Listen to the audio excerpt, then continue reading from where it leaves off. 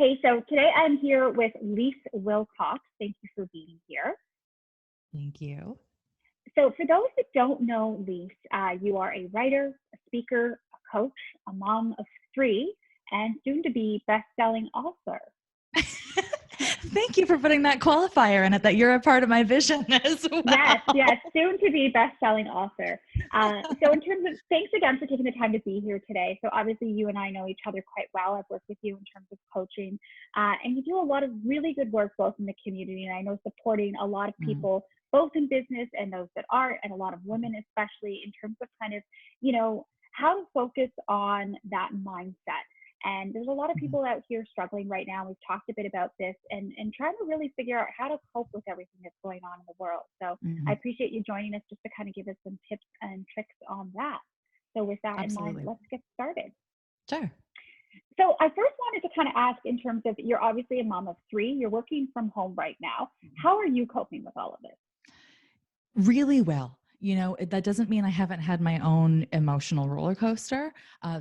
I was joking with a friend the other day that my coping mechanism is to deny for as long as I need to, free fall into despair and like decide I'm going to give up and then catch myself in this moment because that obviously doesn't work, and pull myself out of it and really start to get very clear on how specifically I'm going to make this experience my own. I have some experience dealing with adversity, and every single time I go through that kind of adversity, it's the same thing. Total denial, total free fall into despair, and then an absolute declaration of how am I going to choose to make this work for me. And so from that point, when I get to that point of like, how am I going to do this? Everything starts to turn around and I get back into the surrender and the flow. Really, that's a fancy way of saying acceptance. And when I find that kind of acceptance of like, okay, we're in this and there's basically no foreseeable end to this as it's happening right now. So instead of fighting that, I'm going to choose to embrace that. And when I choose to embrace that, everything gets easier because I have the mindset that helps me do that, if that makes sense. Absolutely, that does. So for those people that are sitting at home right now and really in that moment, because I think we've all gone through those moments of, the news is so overwhelming. There's so much people struggling right now in the world, and it can just really become, overwhelming and just you're frozen in your own fear. What would you say to people in terms of clients or people you're dealing with that are in those moments right now? Number one, turn off the news. There's an amazing song by Lucas Nelson, who's Willie Nelson's son, and it's called Turn Off the News and Build a Garden. And that's literally the best advice I think anybody can have right now. Turn off the news and build a garden. Really what we have to do is, we're talking largely about a public health crisis, right? And chaos. What we're not yet really talking about is the mental health crisis or the emotional health crisis that's a direct byproduct of this. So you and I can't necessarily do anything to help the world at large, right? Like when you start to think about, I'm only one person, how am I going to make all the injustice and suffering go away? You get into that free fall of despair because you actually as one person can't affect that in a major significant way right now. But what can you do? When you can't control all the stuff around you, you can come back to that moment of like, hang on a second, let me like chunk it down. What can I control? Well, one thing you can control is what you're consuming. And I don't just mean, like limiting your physical exposure to people so that you don't come in contact with this like physical toxicity. Limit your exposure to the emotional and the mental toxicity. Turn off the news. Stop engaging with stuff that makes you feel like crap. If people in your family or your peer circles or your social media network is like heavy on the doom and gloom, you have a responsibility to yourself to protect yourself and feel good in that moment. I've said so many times in the last few days of, when you're flying, you're on an airplane and they're like, in case of emergency, put on your own air mask first. Because if you can't breathe, you can't help anybody else to breathe. Well, we're in that moment right now. We hit that emergency moment. And so now there's like this call to action to put on your mask so that you can do what you can to stay breathing so that you can support other people. And what I love, like what I can do as a mindset coach is help people with their mindset, right? And I've gone on like 100 podcasts recently. I've been a part of 3 online summits where people can have access to all kinds of information, because that's my gift and that's my skill set. That's how I can show up better. What you have done is so fascinating, because you have access to all these people in all these different ways that, no, I understand that you're not doing your normal like spring market stuff, but you are interviewing all the people you know to help make a difference in your community. That's what you're doing. So it's like, okay, anybody watching this, what can they do? You know, I have friends who make who run a couple of different clothing brands. Maybe they make kimonos or like sweatpants, whatever. Well, what they can do is make masks for people and donate them to midwives. Or, you know, Labatt stopped making beer and they started making Purell. It's like, okay, cool.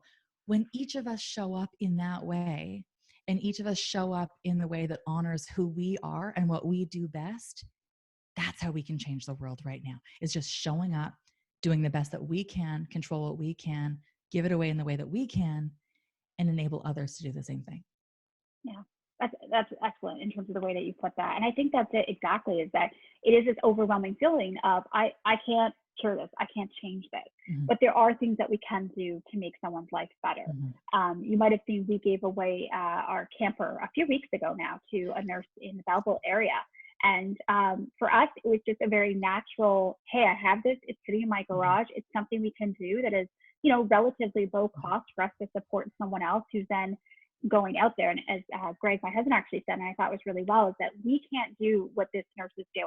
I can't go into the hospital, I can't treat people, but what we can do is make it so that she can keep her family safe, and that she can be in a situation in which she can go and do what she does and feel supported.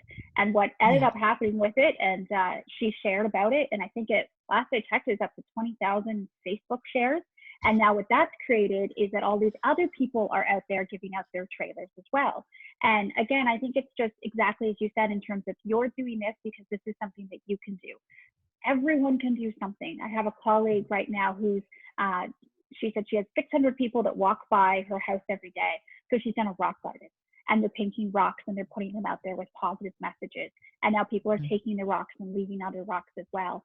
So again, I think that allows us to get out of that funk of, I can't save this, but I can do something tangible to help someone else today. You know, this is another like bit that I do when I'm public speaking, but we can feel overwhelmed and we can feel underwhelmed. But what you and I are talking about is just whelm, you know, like when you feel too overwhelmed, you can't do anything. So if you revert to underwhelm of like, wow, I really can't do anything, so I won't do anything, that's not the right thing either, right? When you get to that place of, okay, it's just whelm, what can I do? Well, this is what I can do. That's all anybody can do. You know, this is true of life in general. It's true of parenting, and it is certainly true of this pandemic. Nobody knows what to do. Nobody knows how to do this. We've never had to do this before. So there's no point in stressing about that. There's no point in stressing about the overwhelm. And frankly, this might sound insensitive, but like, there's no point in stressing about the suffering and the worrying, because you can't do anything about that. So turn that inspiration, that feeling that you have, turn that into inspired action, and just do one thing. Because although this is affecting like 7 billion people, the really cool thing is that when you affect one person's life, that you get this Wayne's World effect. They go and affect somebody else's life, and they go and affect somebody else's life. And then you get this exponential growth of positive impact and positive change just by the act of being human. It is so empowering, and it's so simple. It's so much easier than we think it is to do, simply by being yourself and offering what you specifically have to offer. Yeah, that's great. Absolutely. That's just great in terms of kind of, I can't even add anything to that. That's fantastic. So in terms of kind of, we've gotten some ideas in, you know, how we can really get out there and help people. You know, I know obviously you work with a lot of entrepreneurs. You're doing a lot in terms of coaching. I'm curious to get your perspective in terms of, for those people that are really looking and reevaluating their businesses right now, that may have, you know, a traditional bricks and mortar business and are realizing that in the current economy isn't something that is going to be back to operational in the near future. What would you say to people out there that are dealing with, very much in terms of looking at restructuring or rethinking how they make money and how they feed their families and keep a roof over their head? Very good question. One of my favorite isms is we don't want the thing. We want the feeling we think the thing is going to give us. And I think that if, as business owners and entrepreneurs, we start to tap into that, we can start to adapt and evolve our own businesses. Because it's true, retail as we knew it already wasn't working out super well, right? And retail Yeah. as we know it right now in a traditional brick and mortar environment, it's not going to work. We know that. So knowing what the feeling is that people want or the feeling that we provide, how do we still provide that feeling or provide access to that feeling in a different way? That might look different to each business owner. I know locally people have been doing some really interesting things with that. The Market and S'more is doing like a perfect Yeah. job of that, just converting their grocery store to an online grocery store, and they did it instantly, right? And then they added a donation box where you can buy a box of staples for another family. It's just like they got it immediately and turned it around. Yeah. So, for my own coaching practice, it's been like when you get into the nuts and bolts of it, is like if I'm a coach who serves people who have some kind of problem in their life that I help them navigate, their problems just changed. Their entire frame of reference is now different. So how do I adapt my availability, my services, all the things that I can do? How do I adapt that to better serve the problems my clients have?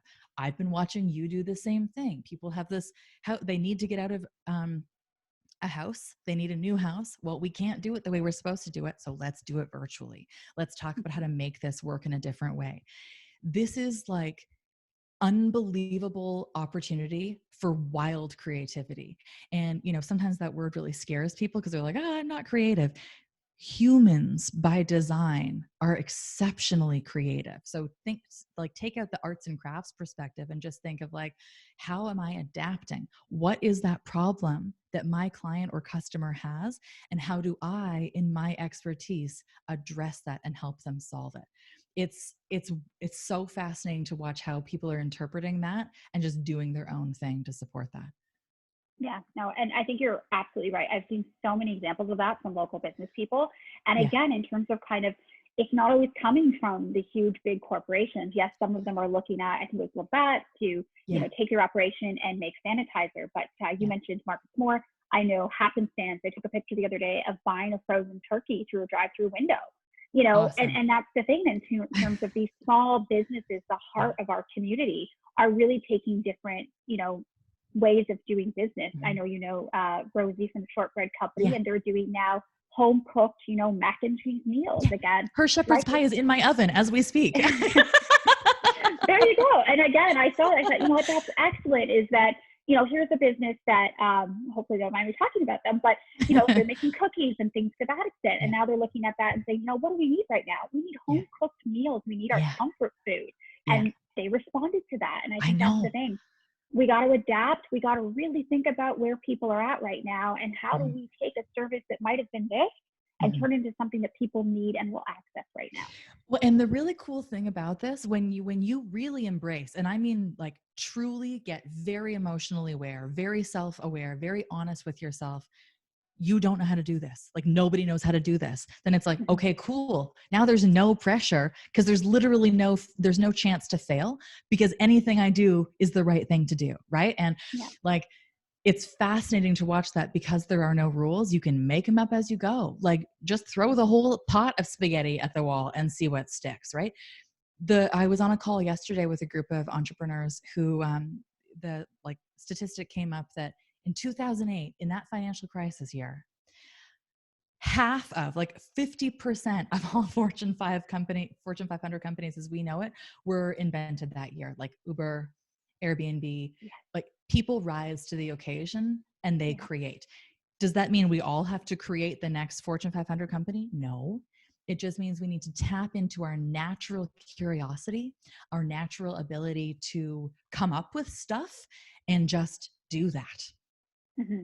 Yeah, because we're all sitting at home right now. And in terms of kind of, and I think many of us have said it, and I'm sure you said it as well, is the world has changed forever.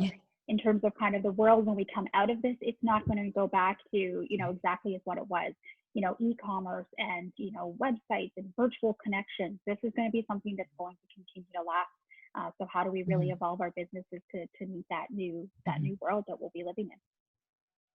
So I wanted to switch gears a little bit and ask you a question in terms of, you obviously have 3 amazing girls who are at home with you, I assume, right now. I wanted to get your insight and perspective in terms of how are they doing? How are you talking to your kids? Or how would you recommend those of us with young kids at home, you know, support them throughout all of this as well? Well, in a couple of different ways. One is that as parents, sometimes we're really inclined to to withhold information from our kids with the intention of protecting them, right? But a couple of things happen. When we withhold all the information from our kids, it doesn't actually serve them. It scares them because they need to know what's going on. But the other side of that equation is that sometimes people give way too much information and they let their kids watch the news with them and they give them all that kind of access. And it's like, no, no, no, no, no. Like nobody needs to really be watching the news intensely right now, especially children, because they can't process it. They can't handle it, right? And so it's like the sweet spot in the middle there is giving your kids exactly the information they need as it pertains to their life. It's giving them the emotional space to be like, you know what? You might feel scared or you might miss your friends. I feel that way too. I miss seeing my friends, but what can we do instead? Like what can we do as a family that, you know, makes us feel more connected? What can we do together? How can we talk about things in a new way? It's really just starting that conversation and opening up the opportunity to relate to one another in a way we haven't necessarily beforehand, right?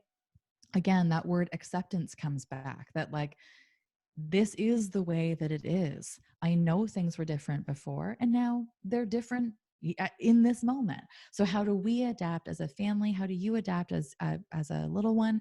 How do we do that now? What does that look like? Kids are remarkably resilient and they're remarkably intuitive. So when you support both of those things, when you give them the permission to explore and play and create and ask questions without judgment, but in full support mode, sometimes I think we really underestimate our kids. And when we let them rise to that challenge, really, really wonderful things can come out of it. That's great. That is absolutely great. And exactly as that in terms of kind of, you know, that balance of making sure that they have some of the information, they feel supported, but obviously, like you said, nobody needs to be watching the news right now. It's too much. It is, yeah. Well, and I was going to say about school too, is that I've talked to a lot of people who are like, I can't do this. Like I can't be a full-time boss or full-time employee and be a full-time stay-at-home parent and also be a full-time teacher. So here's the really fascinating thing. I think that COVID in its wake is going to leave behind a lot of gifts. And, you know, in coaching, I say a lot of opportunities, which is a fancy word for challenge, but I think there are a lot of opportunities and gifts to be had. And one of those gifts is that many of the systems we have been working with or working under haven't been working. They've been really broken. And we can see that'll come to light right now. We can see exactly which systems haven't been really working. Our education system hasn't really been working for many, many people. And we're stuck in this old antiquated model of education, of this like industrial model where we plop kids down, we feed them one piece of information that is bound by the person who's teaching it, and that's it. And that was a brilliant model of education when we were preparing kids to be middle management. But by the time our kids graduate, middle management is no longer a thing. Middle management is probably not going to be a thing in like 2 to 5 years. So we're preparing them to think and to respond to an entire job market that is virtually obsolete. What one of these gifts is that we can pull out of this is right now we have the opportunity to teach our kids how to be kids again. You know, homeschooling in this context doesn't necessarily mean sitting down with lessons every day. What it means is providing stimulation. And, you know, as a former educator, I will tell you, it kind of doesn't matter what your kids are learning as long as they're learning. You know, if they're fired up, if they're creating, if they're building stuff, if they're figuring out how to solve problems together, and siblings have a lot of opportunities to figure out how to problem solve together right now. All of that is preparing their incredibly malleable minds for exactly the kind of jobs that they're going to need to have to lead our world to the next level. All of that creativity, all of that innovation, all of that problem solving, all of those communication skills. That is what we are teaching at home right now specifically. And that is so important. And yes, I know it's a challenge to have this like radical adaptation to what our life looks like right now. And still, this is a part of our new normal. So if we can start to embrace that by like, well, you know, I for example, last week did a bunch of like math questions with my kids. We have little math workbooks, whatever. Like you got to keep that stuff alive too. But then we baked. And my 9-year-old, I kind of sat with her, but kept directing her to do it on her own. She literally made donuts. And all I did was do the hot stuff. But she measured all the ingredients. She did all the fractions. She converted because we doubled the recipe. She got more math out of that than a stupid workbook. And then my 7-year-old twins, same thing. They wanted to make a cake for their grandmother. It was their grandmother's birthday, and they couldn't be there, obviously. So we baked a cake, lit up all the candles, and then set up a FaceTime with her as a surprise and like sang happy birthday to her with the cake. It was really sweet. But the twins made the cake while I just kind of supervised. And it was like, oh my God, this is learning. This is hands-on learning. This is exploration. This is impact. All of that stuff is what they're going to take into their own future CEO roles. I have no doubt. No, you're absolutely right in terms of it is in weird ways, it is a gift. It's a gift to really kind of take out all the noise and just spend uninterrupted time with your kids. And I know I've been so grateful for that in terms of getting to know my kids in a different way and being able to kind of be more hands-on and creative with them. I realized that my son has the things he loves and he has the things that he hates, and my kids are polar opposite. But you know, we've been spending a lot of time outside, and today we're actually going out to pick where we're going to build our tree fort. And again, just getting back to nature and getting back to, you know, the more wholesome things in terms of kind of, because we're in a rat race, and I think unfortunately a lot of us have lost that and lost that connectivity to the environment that we're around. I want to see this fort when it's built. Yes. Don't worry, Dad's helping out with it. I'm not handy with too many power tools myself. But I'm just going to sell it. I'm just going to market it and sell it. I'm just going to sell it. We've definitely learned that I'm the big kid in the family as well. We've been doing a lot of horsing around and stuff like that. And Mom's definitely the kid of the family. I wanted to actually ask, kind of take it back for a second. So for those moments in which we're in a really high stress, we're feeling overwhelmed, you know, really just the anxiety and the weight of the world is on our shoulders. You know, you and I have talked about a couple of stress techniques. I know I have my favorite, but what is one that you would leave with us in terms of kind of when you're in that moment to really just recenter and focus yourself and pull yourself out of that? So a little bit of backstory, whenever you feel that kind of anxiety and fear, it's a clue that there's like a disconnect between the way things are and the way you're perceiving them to be. So we have the subconscious mind that is designed to sense danger and fear in our environment. It doesn't have a lot of filters on it. So when it perceives fear, it can't tell the difference between a bear is chasing me down right now and like I have to go and make a public speech, for example. Fear is fear at the perceptive level. So when we get into that fear mode, what that's actually triggering is this like evolutionary fight, flight, or freeze mode. And as you and I both know from personal experience, you cannot act when you're in fight, flight, or freeze. So when we're talking about coming out of that, we're talking about how to like almost snap ourselves out of that perception of fear. So one of the things that is the easiest thing to do is to pull yourself back into the present moment. And what that really means is like, okay, I'm worried about all this stuff, but I'm worried about stuff that isn't actually happening.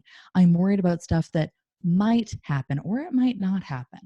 You know, the Buddhists have this concept that like worrying is totally fruitless because then you suffer once when it happens and you suffer a second time just worrying about it happening.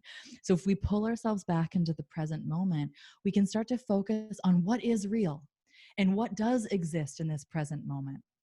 There's like a classic anti-anxiety trick that you go through all your 5 senses. So what are 5 things that I can see right now in front of me? Well, I can see trees, I can see my plants, I can see my cats. Okay, what are 5 things that I can hear in this moment?